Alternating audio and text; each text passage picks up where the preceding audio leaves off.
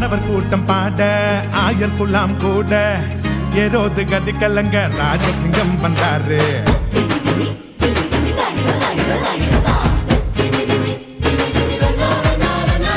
வானவர் கூட்டம் பாட ஆயர் குலாம் கூட ஏரோது கதி கலங்க ராஜசிங்கம் வந்தாரு. விண்ணகோ மகிமையா மன்னகோ மகிழ்ச்சியா விதங்கள் நிறைவேற வெற்றி கொடி நாட்டிட பெத்லேகம் ஊர்ல நவீது வம்சத்துல நிம்மதிய தந்திட நீதிய காத்திட.